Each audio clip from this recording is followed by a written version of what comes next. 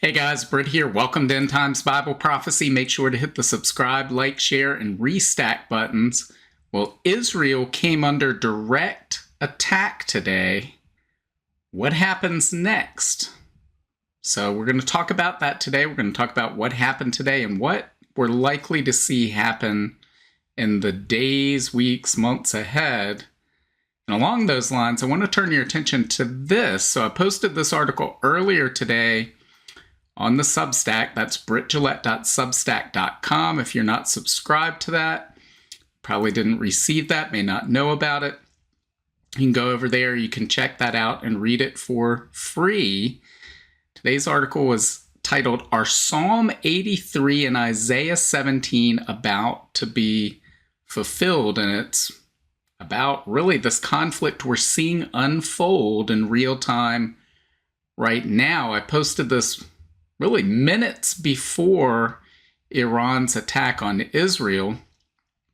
And in it discusses what's happened over the past 2 weeks, the assault on Hezbollah by Israel and this offensive to take out the threat of Hezbollah, and what will be Iran's response. Well, I believe there were 4 options at Iran's disposal. Number 1 is doing nothing. Well, we can scratch that off the list. We'll look at a little bit of that later on in this video today of what they chose to do today. It doesn't mean that that's all that's going to happen. But guys, make sure to go over and check over to the Substack, brittgillette.substack.com. Check out this article in its entirety. I'll put a link and pin it at the top of the comments for those that want to learn more. So, what happened today and what happens next? Let's start with this right here. This is from the Times of Israel. It says, police say 8 civilians were murdered, 7 wounded in terror shooting attack in Jaffa. This happened really around, I guess, noon Eastern Standard Time. I'm in the United States. This was unfolding right about the time that we saw rockets or missiles on their way, ballistic missiles on their way from Iran to Israel. It says 8 people were murdered in the terror shooting attack in Jaffa this evening. Several other people were wounded. The 2 terrorists who carried out the attack were neutralized. So here's a picture of those terrorists and getting off at this light rail station. So pray for the families of the victims involved in this. It's terrible. And unfortunately, we're likely to see more of these types of attacks carried out. We'll talk about that more in just a moment. But of course, we also had this from Zero Hedge talking about exactly what took place in this attack by Iran on Israel. It says Israelis leave shelters after Iranian attack of 180 ballistic missiles. IDF says preparing to hit back. And this has a quick summary up top. It says Iran says its action is concluded, quote, unless the Israeli regime decides to invite further retaliation. If you recall, back in April 13th, we saw a similar attack in response to successes Israel had in taking out high-level terrorist leaders, including some members of the Iranian Revolutionary Guard Corps. Iran initiated an attack, missiles, rockets, and drones. Those were successfully repelled by the Iron Dome system, just as it appears happened today. And at that time, Iran said, well, this concludes our action. So is it a face-saving measure and they're hoping that that'll be the end of it? I don't think we're going to see that same thing happen today. And I don't necessarily know that is what they want. We'll talk about all of that more as we go through this and what is likely to happen next. It says Prime Minister Netanyahu says Iran made a big mistake tonight and will pay for it. Common estimates show the attack on Israel involved at least 180 ballistic missiles. The Pentagon says about 200, or twice the size of the prior April attack. The waves of launches constituted the largest missile strike on Israel by Iran in history. I believe it's also the largest missile strike by one nation on another ever. I could be wrong in that. If so, leave your comments below. Correct me and I'll elevate that comment. It says the Iranian Revolutionary Guard Corps is claiming that 90% of missiles successfully hit their targets in Israel. At least based on the information we have now, I can't believe that's the case unless their target for 90% of those missiles was an Iron Dome interception. Maybe they were trying to hit one of those. Then yes, 90% were successful. But I think it was more along the lines of the opposite, in that the Iron Dome system was 90% or greater effective in taking out those missiles before they hit populated areas or property. Certainly some of those get through, and there is video of that. But based on what we know right now, there was, I believe, one person killed and one injured, which you have to count as an amazing, astonishing success. Really the hand of God looking over Israel when you think of how many of these were launched at a population center, at population centers all over Israel. It says there were confirmed strikes on the ground, but no official casualties reported. Israel's emergency authorities have lifted all restrictions, and people in Tel Aviv have emerged from bomb shelters and returned to the streets. The White House says Iranian attack on Israel apparently defeated and ineffective. And we'll talk about that in a moment. Sullivan says there will be consequences for the attack, and the U.S. is consulting Israel on next steps or a potential response. Axios's Barak Ravid has told CNN that he expects major Israeli retaliation strikes on Iran to come within the next several hours. And I believe that, I don't know if they'll come in the next several hours, but I believe there will be major retaliation by Israel, and we'll talk about why in just a moment. We'll look at that. But if you scroll down further, they have videos of some of these. Make sure the sound is muted on these. We'll just sort of watch these, but you can see how devastating these could have been without the Iron Dome system, as we see that one come in. There are others here that you can see. I believe that one, the speculation is that was hypersonic missile. Here we see a number of these hitting ground, and you may say, well, is the Iron Dome really that successful? As I understand it, the Iron Dome, generally they track these missiles as they're launched. They calculate where these are going to strike. And if it's out in the middle of nowhere, there's no people or property in danger, they let those hit the ground, and they only intercept those that they believe are going to hit buildings, neighborhoods,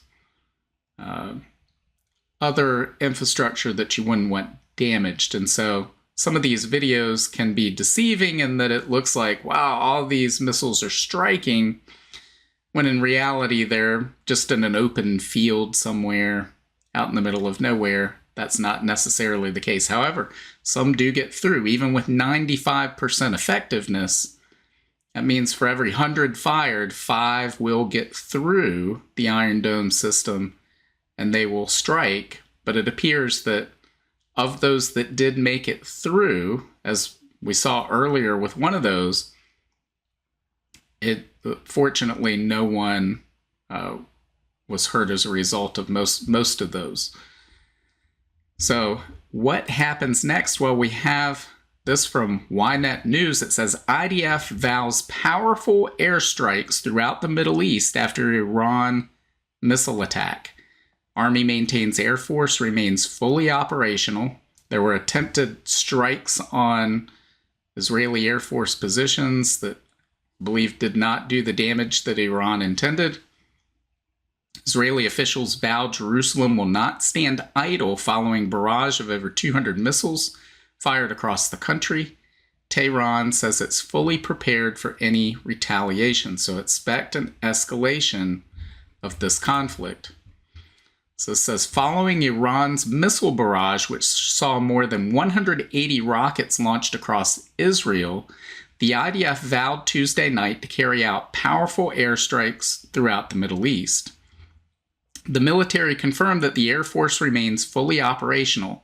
Additionally, Israeli and U.S. defense systems effectively intercepted many of the incoming missiles, with the IDF reporting close cooperation in detection and interception efforts. Senior Israeli officials vowed Tuesday evening that Jerusalem will not remain silent following Iran's large-scale missile attack. A defense official promised, quote, a severe response, while another official warned what Iran has suffered so far is only a fraction of what it will face now.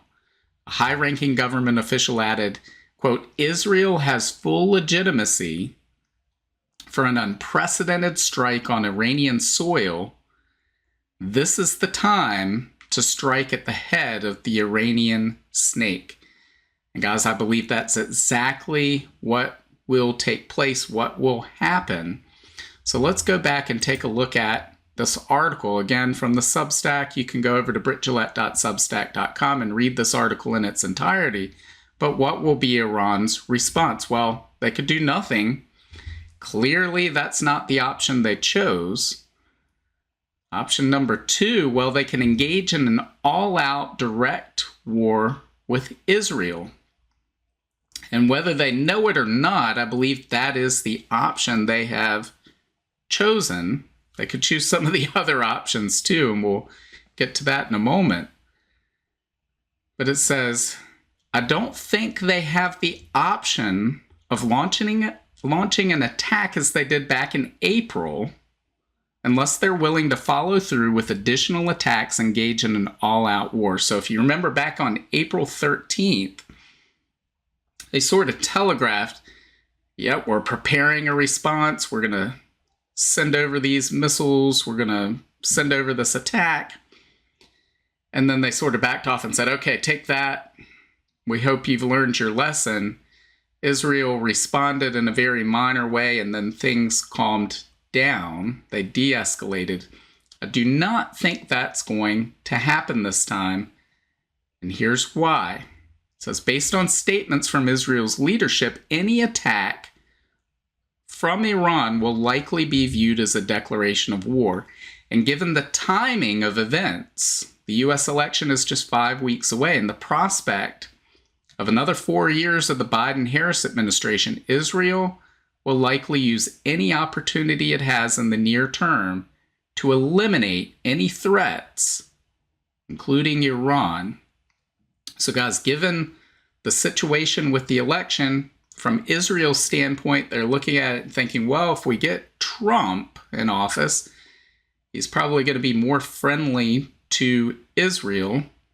And so we'll have the United States on our side, but if not, and we get Harris in the White House, well, now's as good a time as any as we're going to have in the next 4 years to eliminate these threats and not be held back by the United States, threatened by the United States, told that funding and weapons will be cut off by the United States.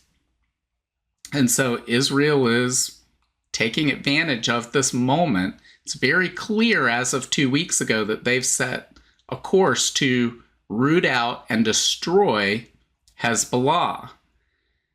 And so Iran, from Iran's standpoint, They're going to say, well, they've invested decades of time, energy, financial resources into funding, training, and equipping Hezbollah as a proxy army. Are they simply going to stand by idly and watch that proxy army be destroyed and obliterated, rooted out? I think the answer is clearly no. And we see that today with this initial response. And so Israel, from their standpoint, is saying, we're going to take out Hamas, we're going to take out Hezbollah, we're going to take out Iran, whatever that means, whatever their next move is. And so what is the next move for Israel? I do believe they will strike Iran. The question is, what form does that take? Does that take the form of airstrikes? I don't believe a ground invasion or an amphibious assault is in the cards. We're not going to see Israel invade Iran, but we could see airstrikes. We could see assassination attempts on Iranian leadership.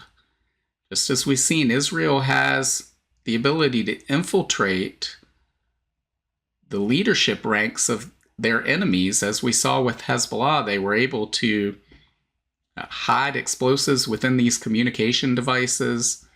There's clearly intel that they're getting from within Hezbollah and from within Iran itself. Are they going to utilize that to be able to know where these leaders are, just as they did with some of these Hezbollah leaders, and perform surgical strikes, either by air or by assets they have on the ground in Iran? That remains to be seen. We'll see how this takes place. But guys, there are a bunch of questions that still remain as a result of this. So, first of all, is this what Iran is capable of? And at first glance, it seems that way, that based on what we saw back in April and what we've seen now, well, they can, what did the United States say? An ineffective, defeated attack. Is this the best that Iran can muster? If so, they're in a lot of trouble. But I'm not willing to go there yet and believe that that is the case. So that's an open-ended question, a question we still don't know the answer yet. I believe that Iran is capable of much more. Why did they do this? Are they making some sort of calculation that they could do a face-saving move, attack and then back away, and there would be no retaliation from Israel? I think if they've made that calculation, it's the incorrect one, just as Benjamin Netanyahu said. But are they testing Israel to see what Israel's defenses are? Are they receiving assistance from Russia? Is Russia providing them with intelligence? Is Russia going to be assisting them in any retaliation that takes place in the days that go forward? Those are questions I'd like to know the answers to. What about Hezbollah? Hezbollah did not seem to participate to any relevant degree today, with supposedly 150,000 rockets available to Hezbollah. It's quite possible that, given the complete decapitation of their leadership structure over the past 2 weeks, and the assaults, the aerial bombardments from Israel, the ground assault that's taking place right now with Operation Northern Arrows, then, and maybe they're flat out incapable of launching an all-out assault on Israel. That's certainly possible, but we need to be careful about drawing conclusions that a war like this can break out, an all-out war, and then, oh, well, it's going to be this easy Israeli victory. Don't let yourself be lulled into this false sense of security. I certainly hope that Israel can vanquish its enemies and establish peace. I think that's where we're going ultimately. We'll talk about that in just a moment. But between here and where we are now and getting to that point, what happens in between? Well, it could be that what we've seen is reality, and Iran's attacks against Israel are just impotent. They can't break through the Iron Dome to any degree of success on what they would qualify as success. And so perhaps there is this aura of invincibility around Israel. And we know that God's hand is on Israel. No doubt about that. God said that he would bring the people back into the land, never to be uprooted again. I believe that's in Amos chapter 9. But guys, be fully in prayer for Israel in the midst of this, because I believe that this could escalate to a greater degree. As I went over in the article today, this could lead to a very destructive conflict ending with the destruction of Damascus. And I don't say that lightly. I hope that I'm wrong about that. I hope that the people who say that that was fulfilled in 732 BC, it's not a future prophecy, I hope that they're correct. I don't want to see Damascus destroyed. I don't want to see northern Israel in tatters, which is also described in Isaiah chapter 17. But I believe there is a high likelihood that we could see those prophecies fulfilled in this conflict, and that it will lead to an era of peace for Israel as Israel destroys its enemies. Now, why do I say that? Well, let's look at what Ezekiel chapter 38, verse 11 says. So Ezekiel chapters 38 and 39 describe the Gog of Magog invasion. That happens. This is not that. This will not be that. And one of the primary reasons why is this verse right here.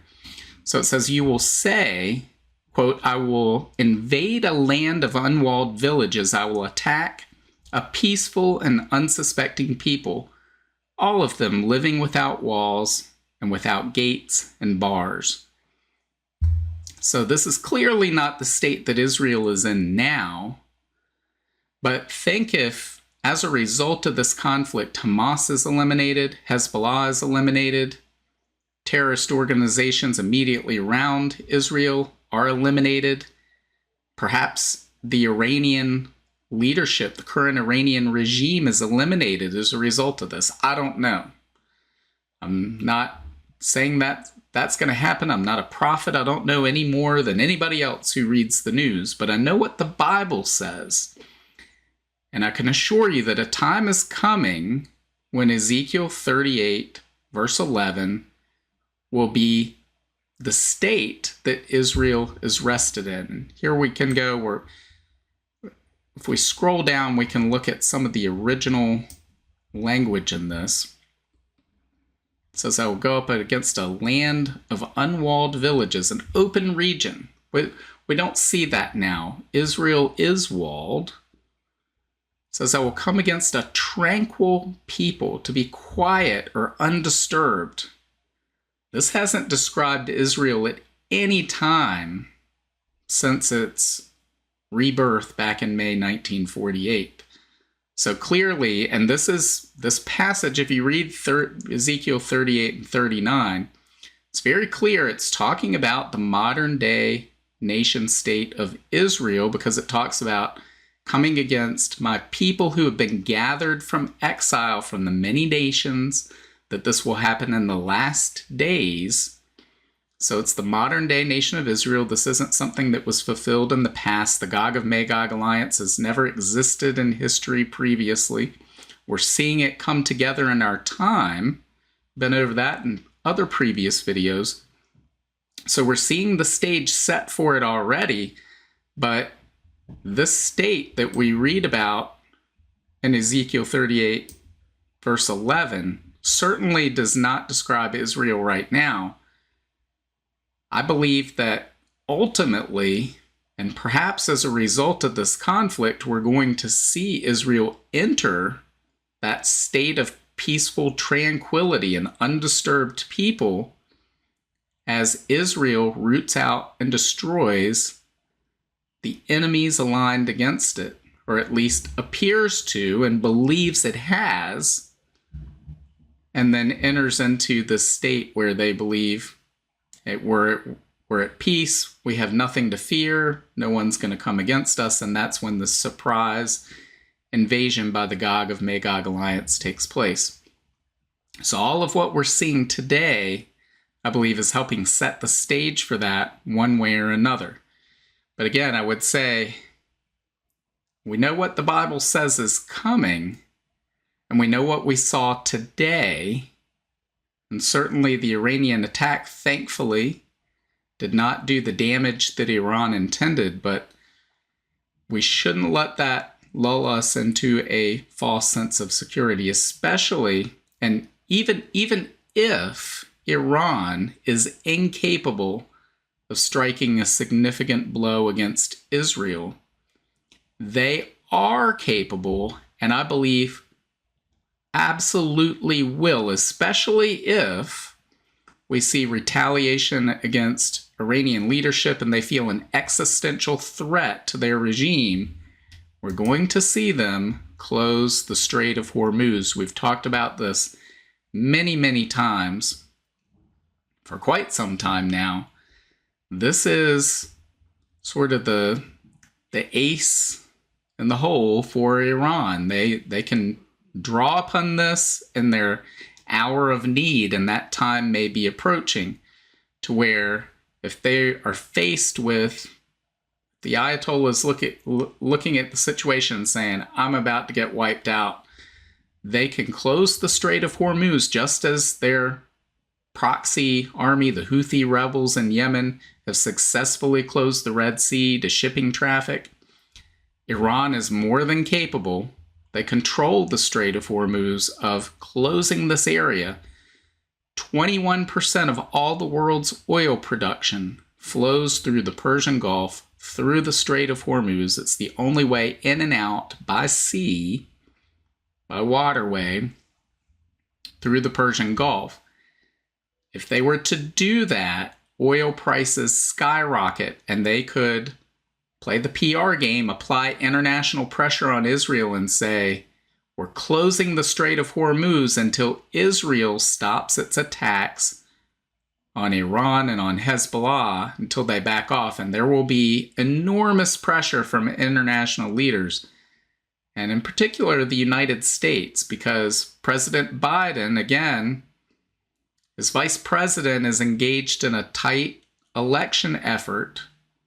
Just 5 weeks to go until that election. $10 a gallon gasoline is not going to win an election for the incumbent administration. And Iran knows that. So that's one of the problem areas. Again, Israel's taking advantage of this election period to say, we're going to have our way. We're going to do what we need to do to wipe out our enemies, because either Trump's coming into office and we're good to go, or Harris is going to be in there, and it's not going to be a more favorable climate after that. So now's our best opportunity. But likewise, Iran's going to be able to take advantage of that as well and say, the United States can pull a lot of strings, offer to cut off certain aid to Israel, certain munitions, supplies, other things that Israel may need. There's a lot of pressure that Joe Biden can apply to force Israel to stand down in this conflict. And I would think that that's exactly what he would do faced with an Iranian closure of the Strait of Hormuz. Hopefully I'm wrong. Maybe I'm wrong. But we will see about that in due time, because, guys, I really think I just would be completely surprised if this does not happen. I fully expect this is really a very low risk move on Iran's part. Yes, they would get probably a lot of pushback from other people and the other world leaders, other nations, but they'll have a lot of nations like Russia and China that stand right behind them as they do this.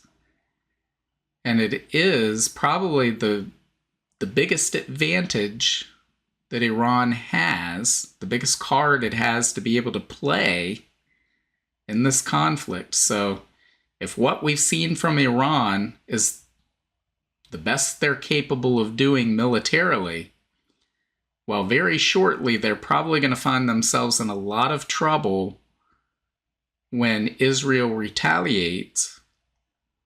And if they're not able to respond militarily, they can respond, I guess you could call it diplomatically, by applying pressure, by cutting off access to the Persian Gulf and holding the world hostage to excessive energy prices. Guys, you think, we've heard a lot about the strike in the United States that's happening at ports on the East Coast. That's child's play compared to the price of oil quadrupling or more, which is what would happen if the free flow of oil was shut off through the Strait of Hormuz.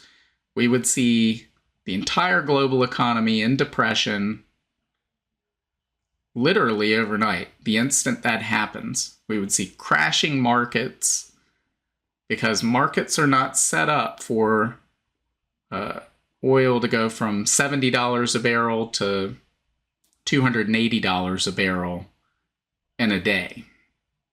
The markets aren't made to do that. So a lot of things would break all over the globe. We would see bank failures. We'd see all sorts of problems. So this is the wild card, the trump card, the ace in the hole, whatever you want to call it, that Iran has. Their backs against the wall. I just cannot imagine a scenario where they do not take advantage of this and play this. I hope I'm wrong. Maybe I'm wrong. It wouldn't be the first time that I'm wrong. just a dude with an internet connection, so been wrong many times before. But this is what observes happening. So what do you guys think? Leave your comments below. Let me know what you think. What do you think is going to happen next? Do you think there's any prophetic significance to what we're seeing take place in the Middle East right now, outside of that Israel is at the center of it? That alone gives it prophetic significance. But, what are your thoughts on Psalm 83, Isaiah 17, Ezekiel chapters 38 and 39? How does all this play into the conflict? Again, you can go to brittgillette.substack.com, read for free the article that I put up earlier today on this, and get my full thoughts in total on how this relates to those things and what other people who disagree think as well.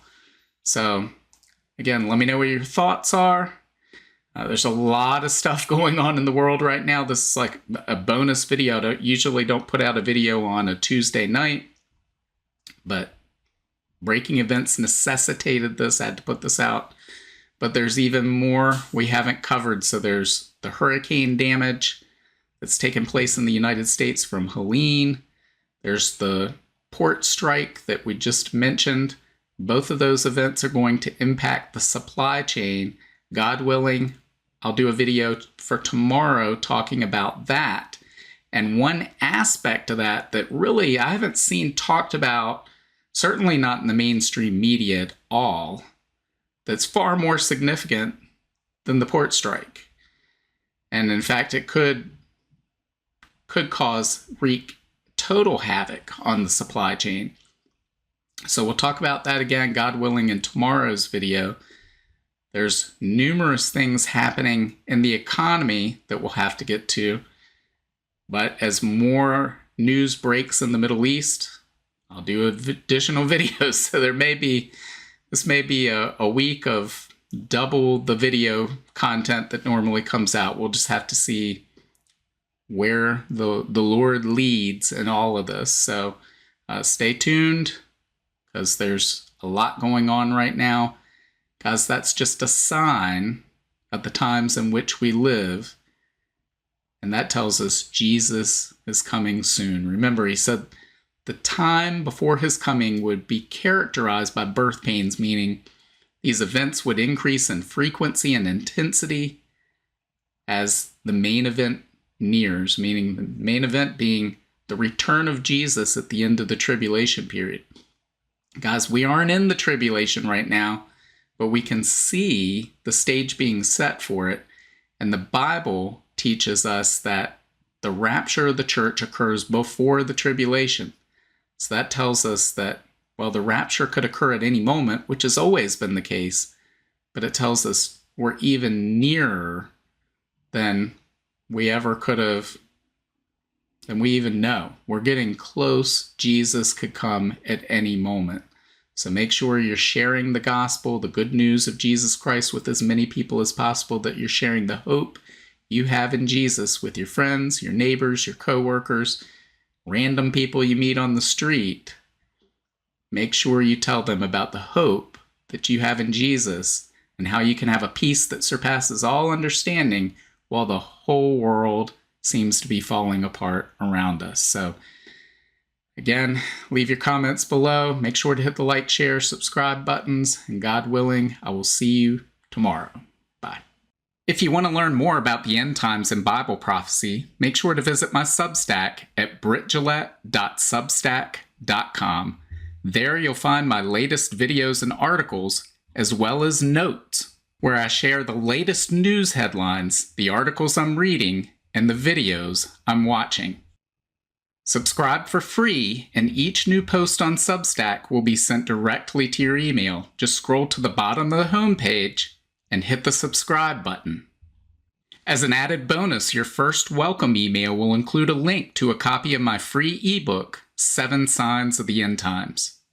Also, make sure to check out all of my books. Just look up Britt Gillette on Amazon, Barnes & Noble, Apple iBooks, Google Books, Kobo, or anywhere books are sold. Thanks for watching today, and until next time, keep your eyes fixed on Jesus, the author and perfecter of our faith.